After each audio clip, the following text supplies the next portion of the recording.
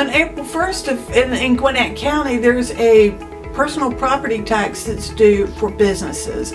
And basically, they're taxing you on your equipment, your video equipment, your desk, your chairs.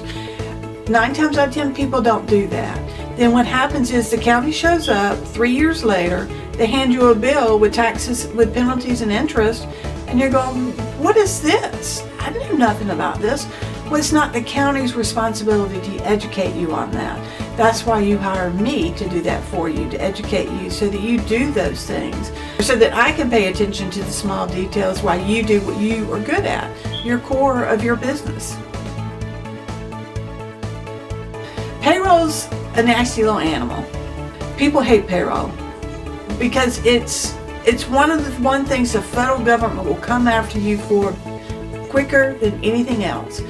Don't do your 1040 for 10 years, they may not come after you, but you don't pay your payroll taxes, they'll come after you. So I tried to help the small business owner to avoid that pitfall, to make sure that that part is getting done. If they're not getting it done, can we work with the federal government to alleviate some of those other issues that go along with not being able to pay those in a timely manner?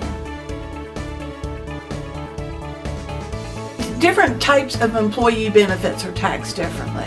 With the upcoming changes for affordable health care, you'll see those employee benefits taxed even more going forward.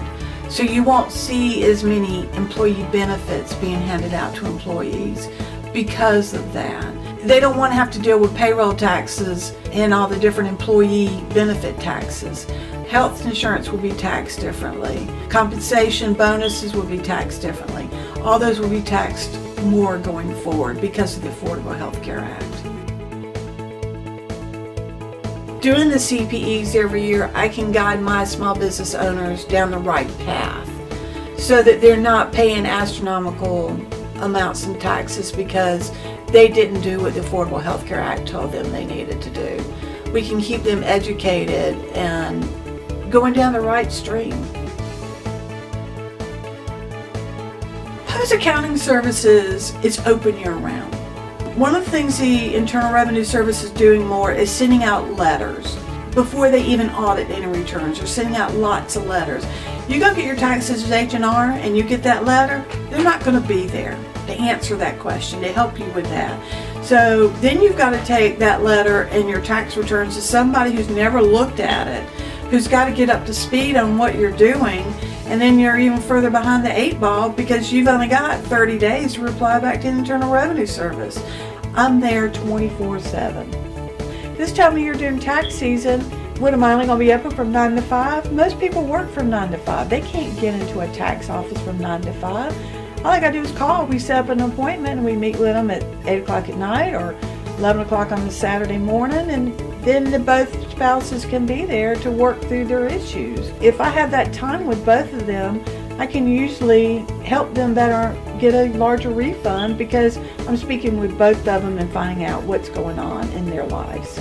All the life events are huge, and if you don't tell your tax accountant your life events, you could be missing out on money.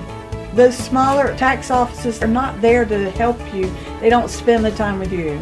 They're just trying to get you in and out the door.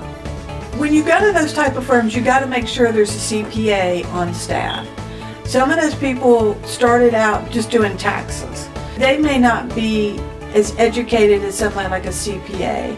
They don't have the education requirements that I have every year. They just do taxes. They don't have to do any education requirements. So not every tax office has a CPA.